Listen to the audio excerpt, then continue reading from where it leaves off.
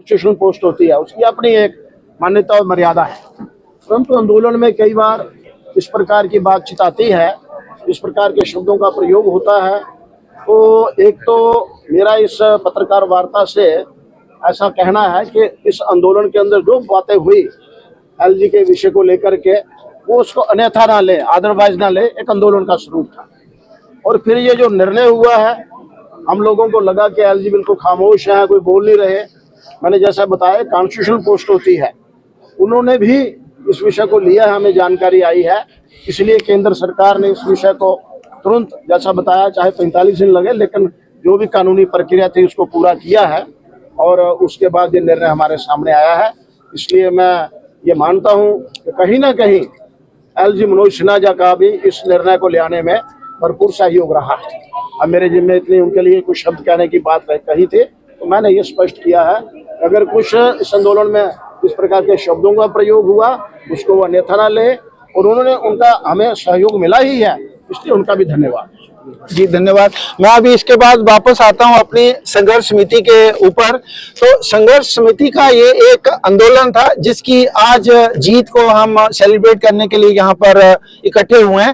तो ये वाला संघर्ष समाप्त, ये वाला आंदोलन समाप्त हुआ है, लेकिन संघर्ष समिति का संघर्ष समाप्त नहीं हुआ है। तो आज हम यहाँ पर एकत्रित हुए हैं जो इस आंदोलन की जीत है उसको सेलिब्रेट करने के लिए। लेकिन संघर्ष समिति अपना हर वो कार्य करते रहेगा जो उनको करना चाहिए। अभी आपको मालूम है कि श्री माता वैष्णो देवी श्राइन बोर्ड का सिर्फ मेडिकल कॉलेज का ही इशू आया है, लेकिन उसके बाद भी और बहुत सी चीजें हैं जिनको ध्यान रखने की जरूरत है। जैसे उसमें जो उनका वहां का श्राइन बोर्ड का एक्ट है, उसमें भी संशोधन की आवश्यकता है, उसमें भी कुछ चेंजेस करने की जरूरत है। तो वो जो हमारी ये संघर्ष समिति की कोर टीम है, ये समय समय पर बैठती रहेगी और समय समय पर उसके बारे में बातचीत करती रहेगी।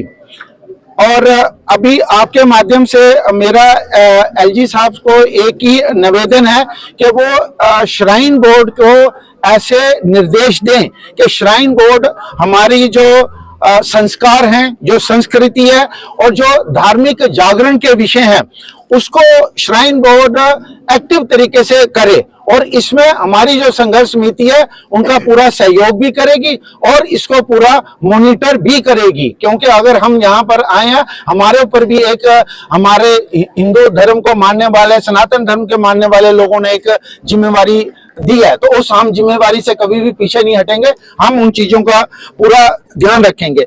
दूसरा, आगे हमारा एक ही निवेदन ये होगा कि श्राइन बोर्ड को ये क्लियर हो जाना चाहिए कि जो काम सरकार के हैं वो सरकार करे और जो काम श्राइन बोर्ड के होने चाहिए, जो सनातन धर्म का ध्यान रखना चाहिए, वो श्राइन बोर्ड को करने चाहिए। हमारे आदरणीय एलजी साहब इन विषयों को बहुत अच्छे तरीके से जानते हैं।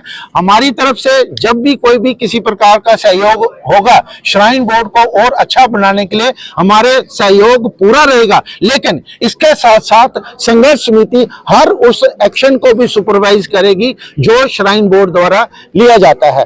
बहुत बहुत धन्यवाद आप सभी का। जय हिंद।